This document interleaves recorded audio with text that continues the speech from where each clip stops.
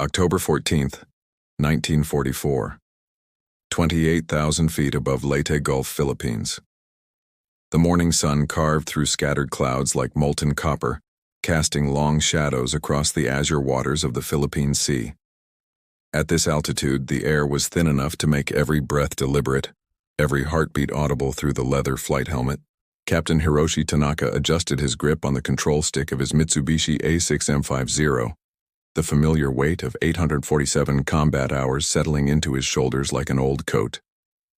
Below, the American invasion fleet stretched across Leyte Gulf, a metallic constellation of destroyers, cruisers, and transport vessels that had materialized overnight, like some industrial nightmare. Tanaka counted 47 ships through his gunsight, each one representing thousands of enemy soldiers preparing to carve another piece from the shrinking Japanese empire. Banzai formations, maintain altitude, crackled through his radio in clipped Japanese. Enemy fighters approaching from the northeast bearing 045. Tanaka's eyes swept the horizon until he found them, 12 dark specks growing larger against the morning sky. Even at this distance, their silhouettes were unmistakable. Republic P-47 Thunderbolts, the Americans' newest fighter bomber. He'd heard the intelligence reports from Rabaul and Truk, heavy, powerful, built like flying tanks. But tanks, Tanaka knew, were slow. The Zero beneath him responded to his touch like a living thing. Its 1,130 horsepower Nakajima Sakai engine, purring with mechanical precision. At 6,025 pounds fully loaded, his fighter was nearly 3 tons lighter than the approaching Thunderbolts. In the mathematics of aerial combat, weight meant death. Agility meant survival. Hayabusa, leader to all units, Tanaka transmitted using his squadron's call sign. Prepare for frontal attack. These American pilots think their heavy fighters can match the Zero's dance. What the Americans called the P-47 D-25 was indeed a monster. 13,500 pounds of aluminum, steel, and firepower wrapped around a 2,300 horsepower Pratt & Whitney R2800 double wasp engine. But monsters in Tanaka's experience were predictable. Second Lieutenant Jake Morrison felt the familiar vibration of his P-47's massive engine through the metal seat, a rhythmic thunder that had become as comforting as his mother's heartbeat during those long nights over the Pacific. The Thunderbolt, affectionately called Jug by its pilots, was not a graceful aircraft.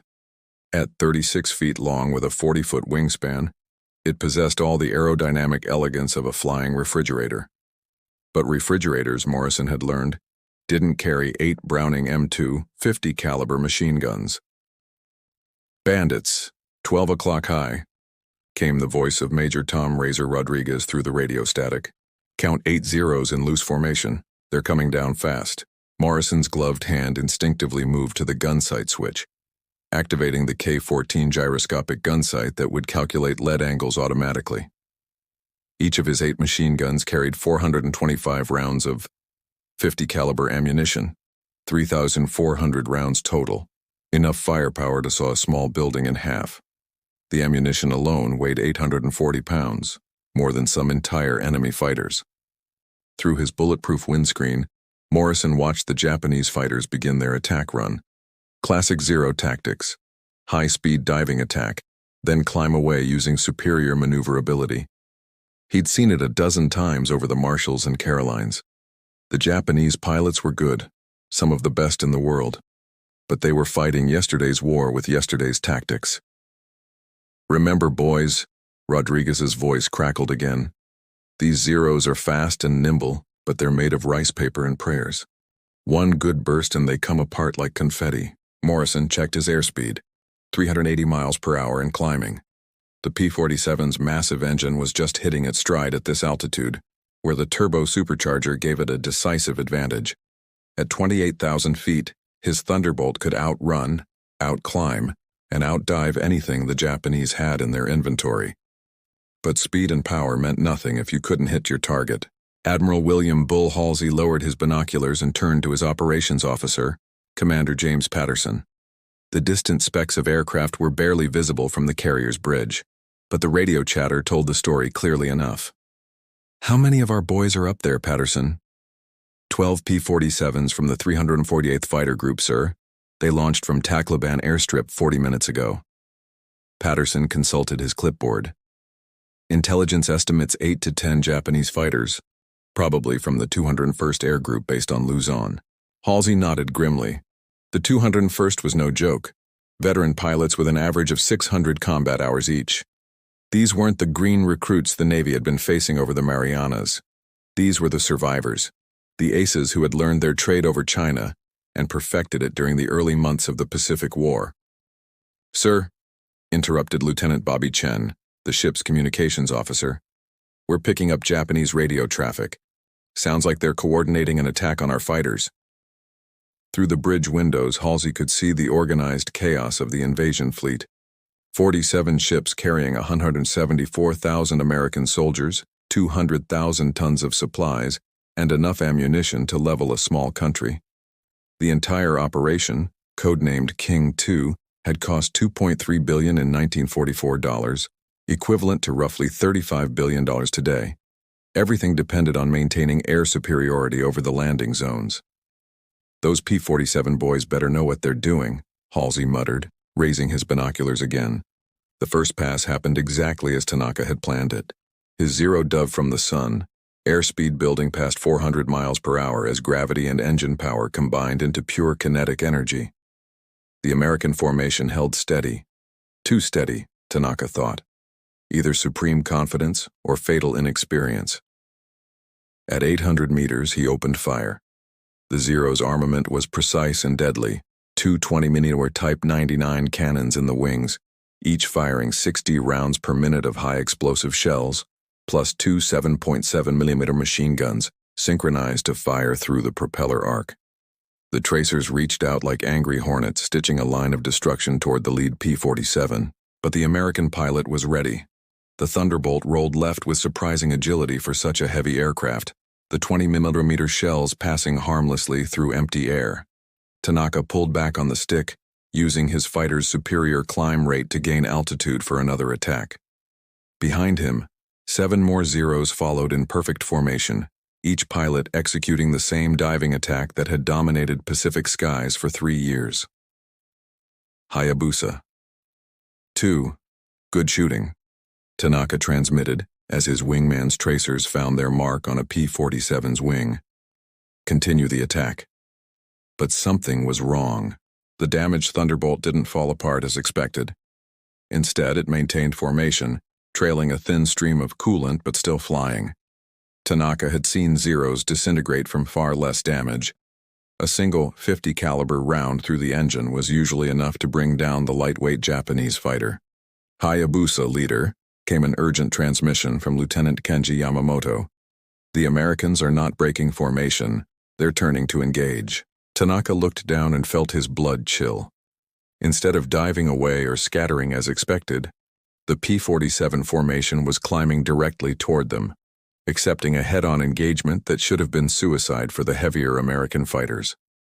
What nobody knew was that the P-47 D-25 had been specifically designed to survive exactly this type of encounter. "Razor, leader, to all jugs," Rodriguez's voice cut through the engine noise. "We're going head-to-head with these bastards.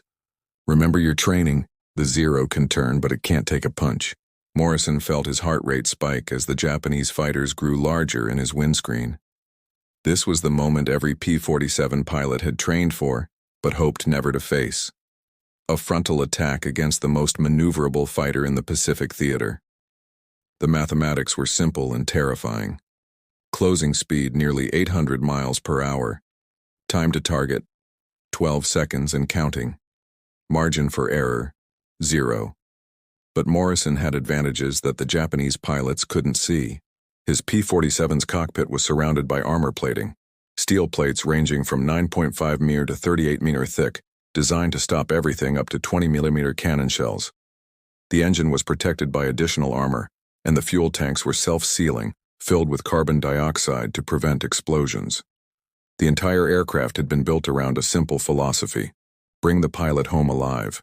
The Zero, by contrast, carried no armor at all. Every pound saved was a pound that could be used for fuel, ammunition, or performance. It was a calculated risk that had worked brilliantly in 1941 and 1942, when Japanese pilots were the best trained in the world and could avoid taking hits through superior skill. But by October 1944, most of those pilots were dead. 8 seconds. Morrison counted silently, his thumb hovering over the gun trigger. 7, 6. The K-14 gunsight automatically calculated the lead angle as the zero grew larger. Morrison could see the Japanese pilot's face now, a young man probably no older than himself, hands steady on the controls as he prepared to fire. 5, 4. The Zero's guns began to wink, 20mm shells and 7.7mm bullets reaching out across the narrowing gap. Morrison felt his aircraft shudder as rounds struck the armored nose, but the P-47 flew on, its massive engine absorbing the punishment. 3, 2. Morrison squeezed the trigger. 8 Browning M2 machine guns opened fire simultaneously, each weapon cycling at 850 rounds per minute.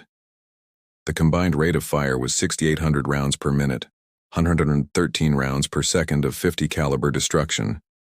Each bullet weighed 1.6 ounces and traveled at 2,910 feet per second, carrying 13,350 foot-pounds of kinetic energy. The effect on Tanaka's Zero was instantaneous and catastrophic. The first burst lasted exactly 1.2 seconds, 136 rounds of 50 caliber ammunition, concentrated into a space the size of a small room. The Zero's unarmored structure, built for speed and agility rather than survivability, simply disintegrated. The engine block cracked, the fuel tanks exploded, and the control surfaces separated from the airframe in a shower of aluminum fragments. Tanaka had time for one final thought before his fighter became a falling torch. The Americans have learned. Across the sky, the same scene repeated itself with mechanical precision. 7 more P-47s engaged 7 more Zeros in head-on attacks that lasted less than 3 seconds each. The Japanese pilots, trained in the tactics of maneuver warfare, found themselves trapped in a contest of pure firepower, a contest they could not win. Lieutenant Yamamoto's Zero took a burst through the cockpit that killed him instantly. Sergeant Ito's fighter lost both wings to a concentrated stream of 50 caliber fire. One by one, the pride of the 201st Air Group fell from the sky like broken toys. In less than 30 seconds, 8 Japanese fighters had been destroyed. Not damaged, not forced to withdraw, completely destroyed. The cost to the Americans, minor damage to 3 P-47s, all of which returned safely to base. What the Japanese High Command discovered that day would reshape their entire approach to air combat for the remainder of the war. The P-47 Thunderbolt represented a fundamental shift in fighter design philosophy. From the lightweight, maneuverable interceptors that had dominated the early war years, to heavily armed and armored fighters designed to survive and deliver devastating firepower.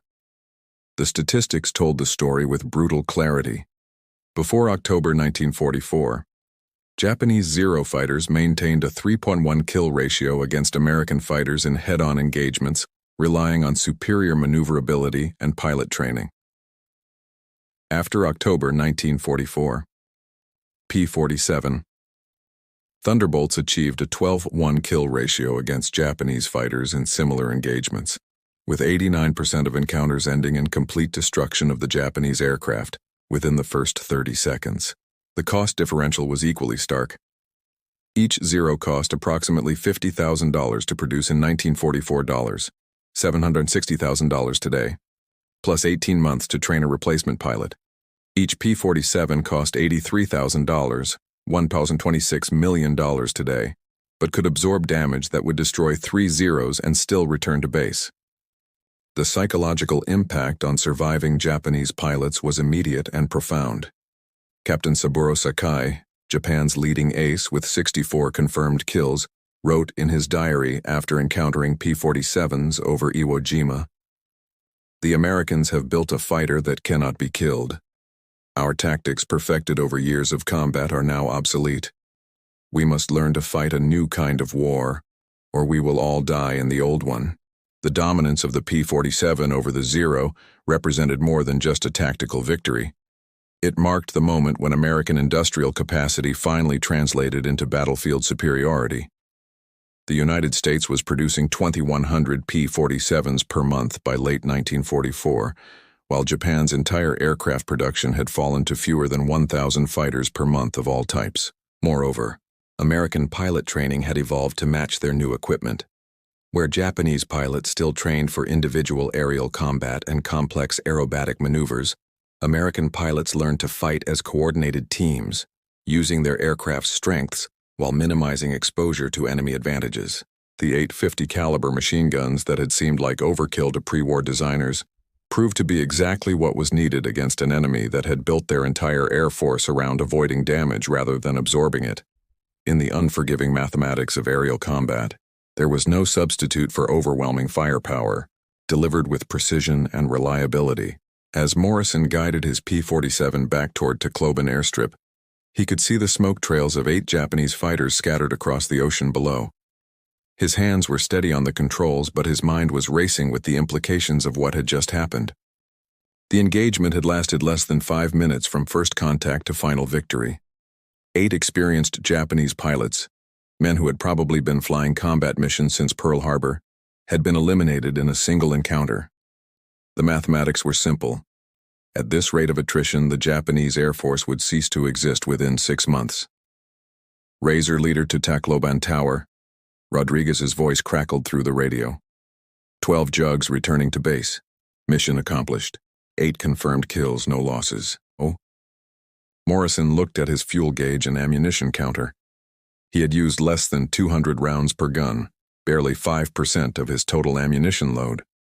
The P-47's massive ammunition capacity meant that each aircraft could engage multiple targets without worrying about running out of bullets, a luxury that Japanese pilots had never enjoyed. As the Philippine coastline grew larger ahead, Morrison reflected on the changing nature of aerial warfare. The romantic image of individual pilots dueling in nimble fighters was giving way to something more industrial, more systematic. The P-47 wasn't just a fighter aircraft. It was a weapon system designed to deliver maximum destruction with minimum risk to the pilot. At Mabalacat Airfield on Luzon, Colonel Kyoji Tominaga received the radio transmission that confirmed his worst fears. 8 fighters lost, no American aircraft destroyed. The 201st Air Group, once the pride of the Japanese Navy, had been effectively eliminated in a single engagement.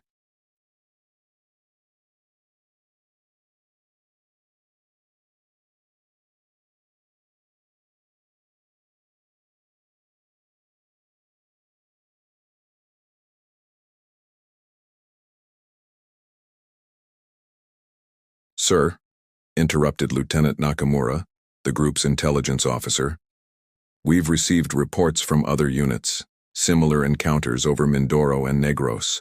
The Americans are using the same tactics everywhere, head-on attacks with heavy fighters." Tominaga nodded grimly. The reports had been coming in for weeks, but the high command had dismissed them as exaggerations or pilot error. Now the truth was undeniable. The Americans had developed a counter to Japanese air superiority, and it was devastatingly effective. "What are our options?" Tominaga asked. Nakamura consulted his notes. "We could avoid head-on engagements, use hit-and-run tactics, attack from below where their heavy guns can't track effectively, and abandon our primary mission of stopping the invasion fleet." Tominaga shook his head. "The Americans know we have no choice. They're forcing us to fight on their terms with their weapons, using their tactics." The colonel walked to the window and looked out at the remaining aircraft of his command. 12 Zeros and 6 Kawasaki Ki-61 fighters, all that remained of a unit that had once fielded 48 aircraft. Each plane represented not just metal and machinery, but months of training, years of experience, and the irreplaceable knowledge of pilots who had learned their trade in the crucible of combat. "Send a message to Fleet Headquarters," Tominaga ordered. "Recommend immediate development of new tactics for engaging American heavy fighters. Current methods are inadequate." What neither side fully understood at the time was that the P-47 versus Zero engagement represented a fundamental shift in the technological arms race that had been driving aircraft development since 1939. The Japanese had optimized their fighters for the conditions of 1941. Long-range missions over vast Pacific distances, where every pound of weight mattered and pilot skill could compensate for mechanical disadvantages. The Americans, entering the war later, had learned from both their own early defeats and the experiences of their British allies. The P-47 incorporated lessons from the Battle of Britain, where heavily armed and armored fighters had proven their worth against more maneuverable opponents. The Thunderbolts' 850 caliber machine guns were not an accident of design. They were a deliberate response to the problem of destroying enemy aircraft quickly and reliably. American engineers had calculated that most aerial engagements lasted less than 3 seconds, with pilots having time for only 1 or 2 bursts of fire. In that brief window, overwhelming firepower was more valuable than maneuverability or speed. The armor protection that allowed P-47s to survive head-on attacks was equally deliberate. American industrial capacity could afford to build heavier, more expensive fighters if those fighters brought their pilots home alive. Japan, with its limited resources and shrinking pilot training programs, could not afford to lose experienced aircrew to mechanical failures or lucky shots.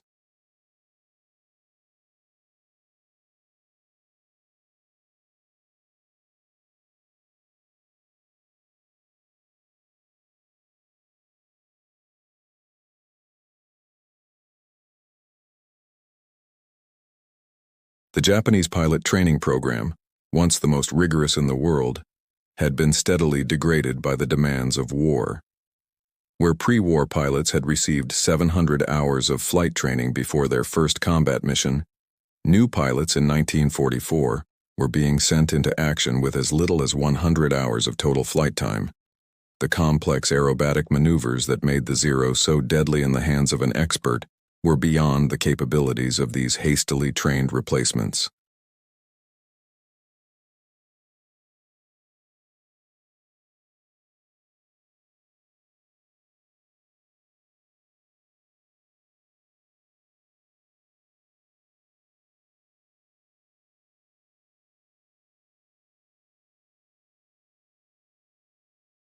The cultural implications were profound. Japanese military doctrine emphasized individual skill, honor, and the spiritual superiority of the warrior. American doctrine emphasized teamwork, technology, and the systematic application of superior resources. The encounter over Leyte Gulf demonstrated which approach was more effective in the industrial warfare of the 1940s.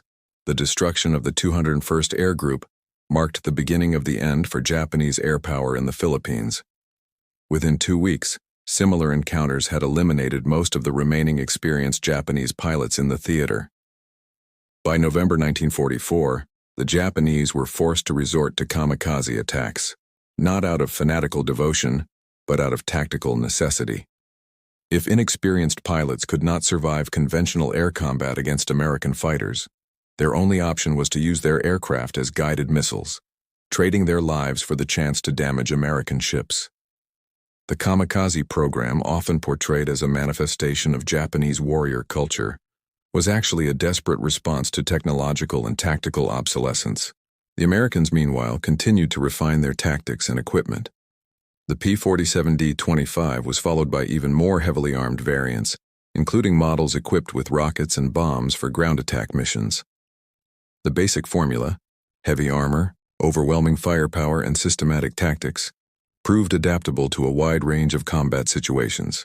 By the end of the war, P-47 Thunderbolts had destroyed more enemy aircraft than any other American fighter, with a final tally of 3,152 confirmed air-to-air kills.